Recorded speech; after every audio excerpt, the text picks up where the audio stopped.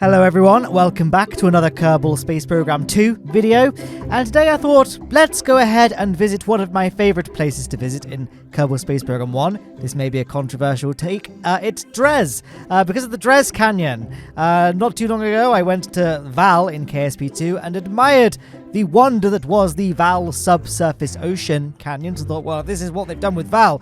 What have they done to Dres, my beloved? So that's what we're going to do today. We're going to go ahead and check out the Dres Canyon for the first time ever.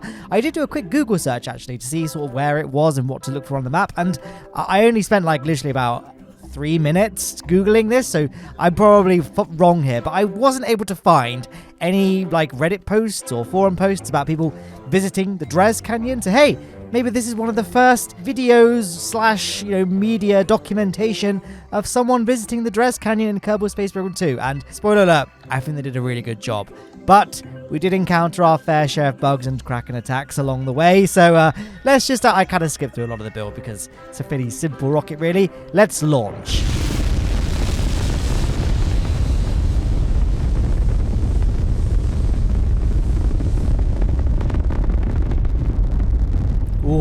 I just, for all its flaws and issues, KSP2, the sound design, like the soundtrack and the sound effects, mwah, chef's kiss. Hey everyone, awkwardly interrupting myself here. This video was recorded, commentated over, and edited together before the first KSP2 patch released, so you'll see me encounter bugs and make complaints about things that might not necessarily be in the game anymore. Okay, that's my disclaimer that I'm adding on the 18th of March, so I had to, take the video down and re-upload it with this disclaimer inserted. Okay, that's it. Enjoy the rest of the video. Bye. You may be wondering why I'm not using a fairing on this rocket, and that's just because I'm just so sick of fairings in this game, and I don't think they make that much of a difference really. And whenever I put a fairing on, there's always some sort of glitch. Either when I'm building it, or when I deploy it, it doesn't separate properly, or when I'm flying, the payload just wobbles and clips through the fairing walls. It's just a lot of hassle, and sometimes I find my rockets flip out and aren't controllable, and that's because the top of the stack is wobbling, but I can't see that because it's under a fairing, so it makes it harder for me to diagnose why some rockets don't fly very well. So I'm just going to not bother with fairings for the time being. I mean, the top of the stack is like a Terrier engine, which is kind of pointy, right? So we've still got a sort of, it's not too aerodynamically disastrous, this rocket. Anyway, as you can see, the first stage is about to run out of fuel, so we can start igniting the second stage. There it goes. Now, this isn't like how I wanted this rocket to look, like having that lander at the very top of the stack. I wanted to do an Apollo-style setup where we have the command pod at the very top of the stack with a little launch escape system for ultimate realism, and then the lander would sit below the command pod module, and then once we reach a stable orbit, we would kind of undock the lander and move it to the front of the stack, and then continue on our merry way. But I just don't trust decouplers in this game, for reasons that I think are justified, as you'll see perhaps later on in this video, foreshadowing. So yeah, I try and use decouplers as little as possible because they are super bugged.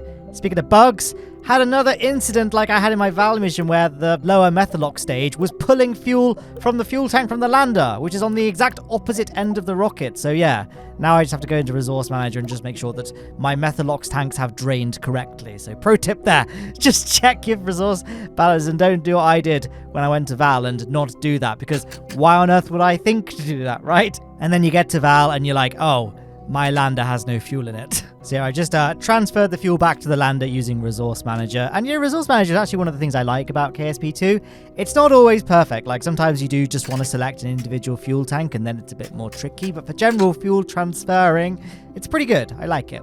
Anyway, we have a nice almost 100 kilometer apoapsis. Our periapsis is still only 45 kilometers. We need to raise that to ideally 100. So we've got a nice circular orbit, but I overshot massively. And now we have an eccentric orbit where our periapsis is 100 kilometers and our apoapsis is 185. And that's just because I think I expected the thrust weight ratio of this rocket to be worse than it was, because I guess the swerve engine is pretty powerful. It's got a good thrust weight ratio for a nuclear engine, and also I think this ship is just deceptively light in terms of mass, because those big hydrogen fuel tanks are, I guess, really, really big and sizable. So like, oh, it's a big ship, it's going to be heavy, it's going to be slow. But of course, the hydrogen fuel tanks, the fuel is actually not very dense. The fuel tanks don't weigh very much, but I just look at it and my brain is still sort of calibrated to rocket sizes and their mass in KSP 1. So looking at that, I'm like, oh, this is going to be a long burn. We'll just sit back, which I know is like illogical, right? Because I can see the burn time and all that. But you know, what can I say? I was just so excited, guys, to go to the Dres Canyon. I was so wide-eyed and innocent and had not yet experienced the difficulties I had on this mission. I feel like sometimes whenever I do interplanetary in KSP2, the bugs just get more and more, they get worse and worse. So far though, things have been pretty good, right? And don't worry, some of the kraken attacks, I mean, there's probably more than one kraken in this game, right? So each of the major bugs, it's its own kraken, and we do slay a couple of krakens in this video. Because I'm a professional kraken slayer, I know it because I have a shirt and a hoodie. I own all of my range of my Kraken Slayer merchandise. Link to purchase in the description. I really like it. It's like my favorite hoodie to wear, which means that I never wear it because I'm too scared that I'm going to spill like red wine on it. Even though I don't drink red wine, I don't really like red wine, to be honest. But I'm just saying, it's a really nice hoodie. And in fact, that's probably the reason why I encounter so many bugs in KSP2 now I think about it. Because like I say, I'm a bit too scared to wear it in case I spill stuff on it. And that means I don't wear it. And that means I get the kraken attacks more often. And I know for a fact this is true. I've spoken to the developers and they say, yeah, KSP2 actually interacts with your computer's webcam. And if it sees that you're not wearing Matt Lowndes specific merchandise, specifically more so for the Kraken Slayer merch, it actually like glitches the game out. These are not bugs, guys. These are features. And the only way you can avoid them is by buying my merchandise. That was the worst thing I've ever done. Should just clarify, maybe for legal purposes more than anything, that was just a joke. But I do genuinely, I'm really happy with my my Kraken Slayer merch. I still remember like the crude drawing. I'll just show you guys on screen. This is the drawing I sent to the team, the graphic design team who came up with the Kraken Slayer design. So the fact they came up with such a great design from that whatever cobbled together bodge in Photoshop I did, yeah, that deserves some credit. So yeah. Oh my gosh, you guys, I just remembered I was supposed to talk about what was happening on screen and I forgot to do any of that, so I was too busy shilling. But yeah, basically I launched at a Dres transfer window in this mission. A Dres transfer window is when if you draw a line from Kerbin to the sun to Dres, the angle that line forms at the sun should be 82.1 degrees. So basically, I eyeball it as like, it's kind of like 90 degrees, but just after. That's basically how I do it. It's like quite hard to get it completely accurate because you can't just see from low Kerbin orbit if you're going to get an optimal Dres encounter, because you're going to need to do an inclination change halfway along. So Dres, all in all, is a deceptively expensive place to visit in terms of fuel expenditure, because you've got to do an inclination change. Dres itself has fairly low gravity, so it doesn't offer much in the way of a O-berth effect benefit. And yeah, its gravity well is so small that like trying to get an encounter using the maneuver planner, it's quite tricky. You got to get your intercept very, very close before you get the Dres encounter showing up. Here I'm trying to get my periapsis as low as possible by just using the blue concentric circles, which didn't really go that way. It's very difficult, and as you'll see when I enter Dres's sphere of influence, I didn't do a particularly good job. We ended up with a very high periapsis, and worse than that, we're on a polar orbit, which is really not what I wanted. I wanted a nice equatorial orbit because it's easier to land in the Dres Canyon from an equatorial orbit, and it's easier to plot a course back to Kerbin from an equatorial orbit. More so than I thought prior to me doing this video, as in like doing the mission, because it's it was very difficult basically plotting the maneuver back to Kerbin from a polar orbit. I won't spoil it. I've got to keep that viewer retention up. You guys know this. As a professional YouTuber, I've got to do the professional YouTuber things, such as asking that if you are enjoying the video so far, then don't forget to leave a little like down below. And hey, if you're not subscribed, I do regular KSP2 and KSP1 content on this channel, and every Monday I do a space news video as well to keep you in the loop about real space stuff. And I sell the best merch known to YouTube. Right, I'm just gonna stop doing that now because it's gonna get obnoxious if it wasn't already. But yeah, anyway, we're getting our first views of Dres just here. Now, unfortunately in this video I don't spend too much time focusing on its ring system, which is well, I say ring system, there is a single ring around Dres, and you can sort of see it in the background there. You'll see it on the map screen as well. I don't spend too much time visiting that, but I do spend a lot of time on the surface, because obviously we're here to visit the canyon. But I was going to talk more about the surface actually, but I now see that it's plunged into darkness. I really hope we can change the ambient lighting when on the dark side of planets and moons, because it is like so obnoxiously dark. Maybe we can change the gamma settings or something. I don't know what it is exactly, but hey, now we can see the surface. And look at this. Isn't this so cool? They've really done Dres is probably, I haven't visited every planet in KSP 2 yet, but I feel like Dres, they've definitely gone the extra mile to make it not just another mun. Like the color variety of the surface, you got the light bits and the dark bits, and you have these massive mountain ranges. Can you see? There's loads of deep craters, loads of really big mountains, and yeah, all looks really fun. But of course, we're not here for all of that. We can come back again in the future to check those out. But today, I want to see something specific. I mentioned at the beginning of the video, I want to see the Dres Canyon. The canyons with an S. Plural. There's more than one. There's 3 of them. Did you see them in the tracking station view? Don't worry if you didn't. You'll see them up close in just a second. But first, I was like, oh, our orbital line has disappeared. Let's just do a quick save, quick load, and we're in a bit of a pickle here, guys. And as you can see, our periapsis is actually minus 137,983, which is not good. We're no longer in orbit. We're just plunging straight down to the surface. You see, the thing is, when I was filming this, I hadn't even noticed that. I was so preoccupied with just the state of the orbital line. So I thought, let's just detach the lander from the command module and start just getting down towards the surface, and we'll worry about the orbital line later. But we have a stack separator between the lander and the command module. When I detached it, the two just docked together, and I couldn't undock them. So then I tried again, and this is the result of that effort. So I've got all the Kerbals on board. There we are, Tim C and Oldfim, but then, yeah, attempting to undock just caused the craft to get destroyed. I'm now showing you a few clips of my attempts to get this undocked. It's going to be quick for you guys in the video because it's boring to watch. Oh, here we go. This time I undocked and it was fine, but now our lander is on an escape trajectory from Dres. So, yeah, Kraken really doesn't want us exploring the Dres Canyon, it seems. Yeah, like I say, this is not going to take very long for you guys because I appreciate it's not the most interesting thing to watch. It's quite probably upsetting to watch as well, hopefully. But for me, honestly, the amount of time I spent trying to undock the craft was longer than the sum total of the time I'd sunk into doing this mission up until this point. Like flying the craft from Kerbin to Dres, circularizing our Dres, all that stuff took less time than it took me just trying to do the simple act of undocking my 2 vessels. The only way I could find to get them to separate, and this was still a lot of RNG, the first few attempts caused the whole thing to explode. But basically, I paused the game, undocked the vessels controlling from the lander, and then paused it again. The lander is on that thing where it was on an escape trajectory from Dres, and I'm like, this is literally the only way in which I can separate the craft. So again, I'm just going to turn on infinite fuel and just get my orbit back to where it was before separating, because I feel like, if anything, it's cheating to not do this. Because now I'm putting myself on an orbit. Look how much my speed changed. So I don't know what happened and why it was happening. And of course, the mothership still has no orbital line, which we will need to do something about if we're going to have any chance of getting back to it and redocking with it in low Dres orbit after we do our Dres Canyon landing. I think, guys, going forward, like for future missions, at least until all of this gets fixed, hopefully, you know, I'll still do missions in which we have a separate mothership and a separate lander, but there won't be any docking involved, right?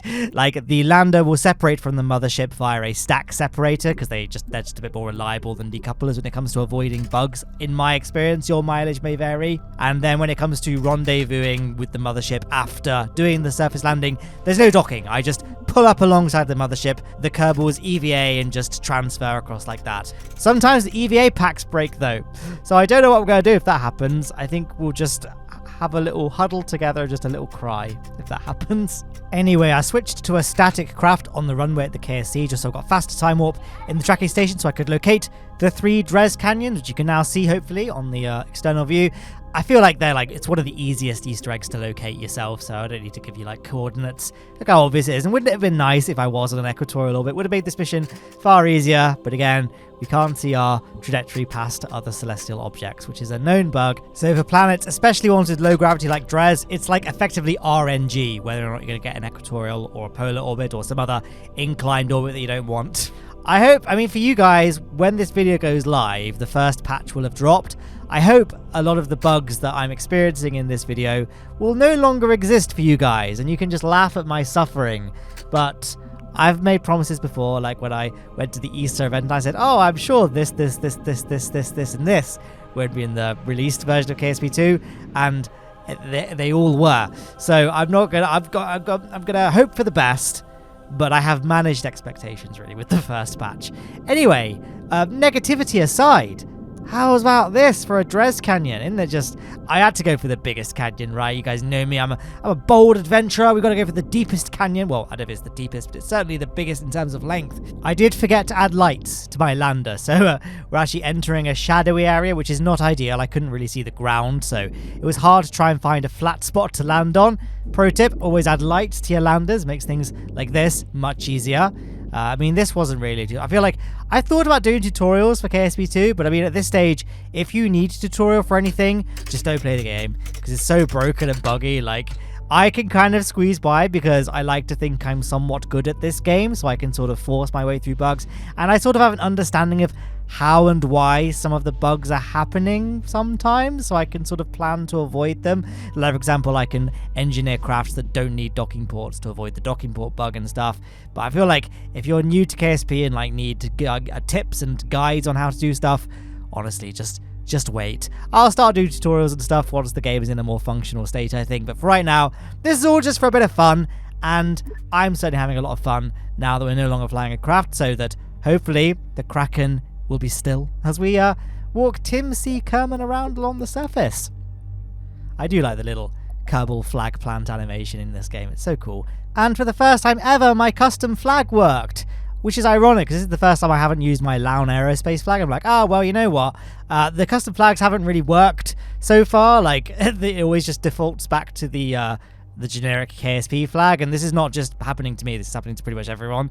So I thought, oh, I'll just use the Union Jack, and then this is the one time where it worked. So I couldn't get my branding. We couldn't put our branding on the surface of Dres, but we can put our 2 Kerbals on the surface of Dres. Make a pose for a photo op, and then, guys, we're going to go exploring along the surface. We'll sail on the surface, we're going to explore the canyon to its full. And I thought Tim C. Kerbin is the man for the job there. So we're going to get this Kerbal on board. Don't know her name, I forgot. Kerbal Kerbin is now on board, nice and safe. Tim, he's ready, I think.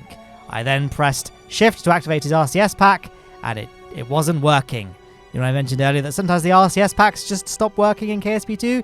This is one of those times. So, change of plan. Tim C. Kerbin, he got a bit of stage fright, so now it's all up to Kerbal Kerbin to survey the canyon. She's got a sonar built into her helmet, so she can go along, scout out the canyon, and more importantly, you guys can see what it looks like.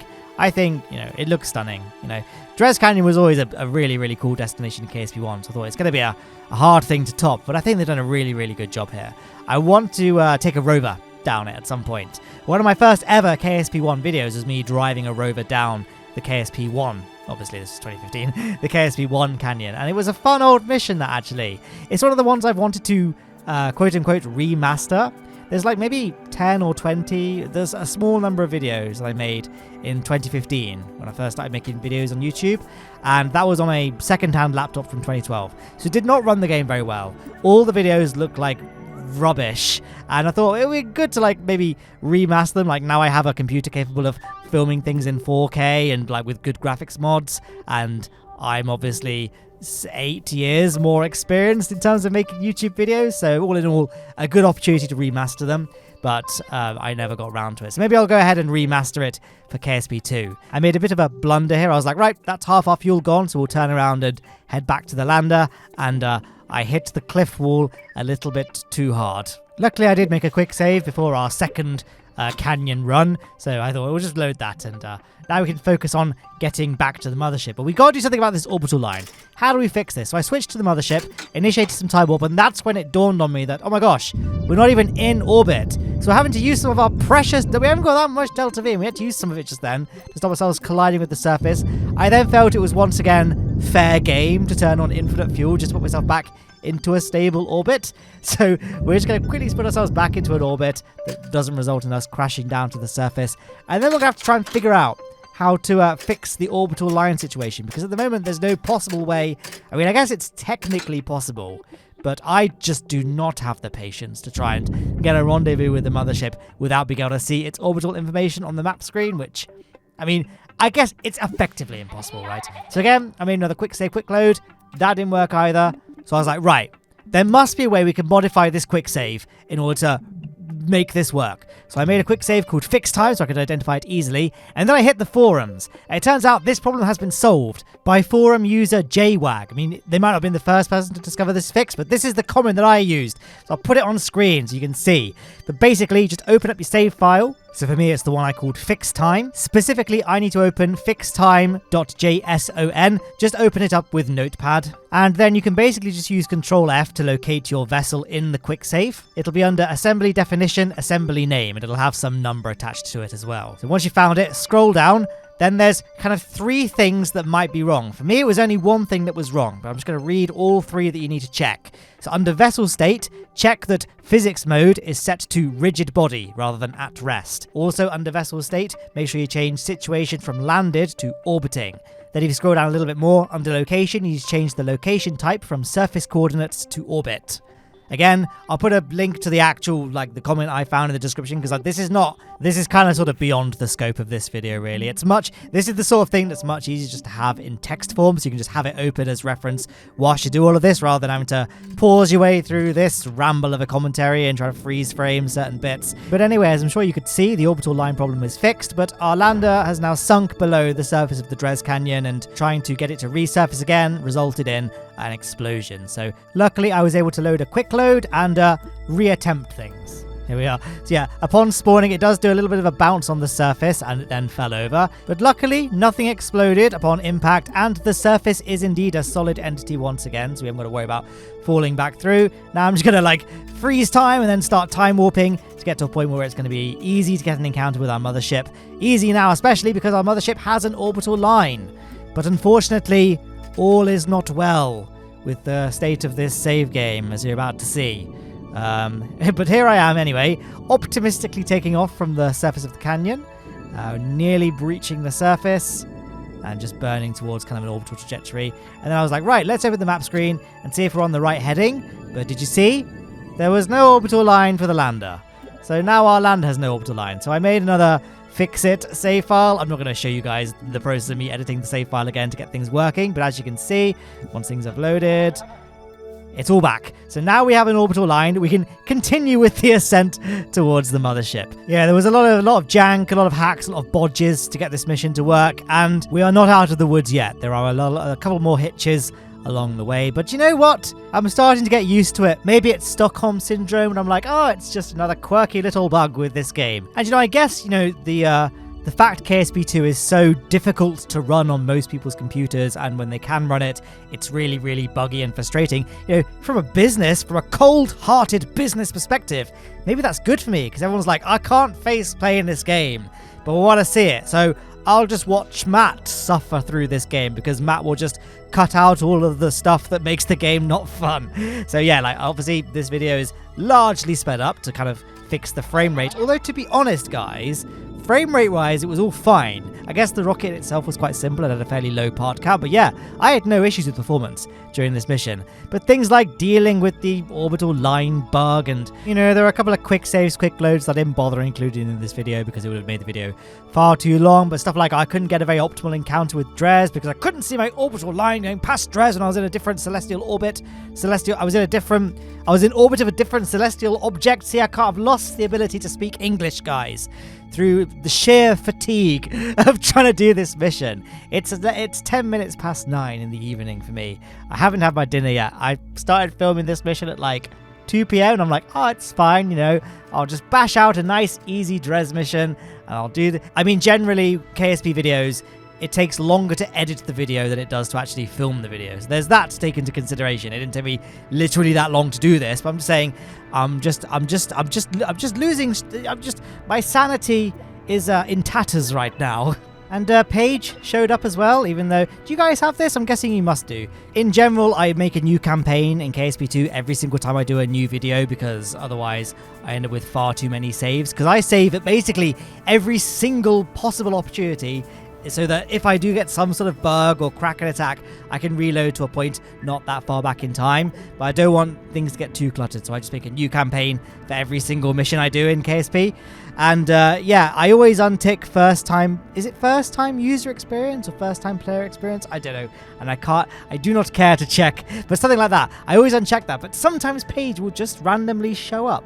So yeah. Don't know if that's a bug. It must be a bug, mustn't it? Anyway, yeah, our Kerbal's now back on board the Mothership, and you might have noticed I did not even bother trying to dock the lander to the Mothership with the docking ports. I'm like, you know what?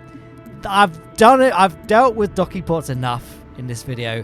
I'm just going to go ahead and not do that and get the Kerbals to just EVA themselves across. And then came another tricky situation. So basically, when I'm trying to do an interplanetary maneuver node, or maneuver plan even, in KSP2, is that I'll zoom out to the interplanetary map screen, as in so I can see all the planets and the sun and all that, and then I grasp the maneuver node in this screen, and just move it around until my orbit does what I want it to do.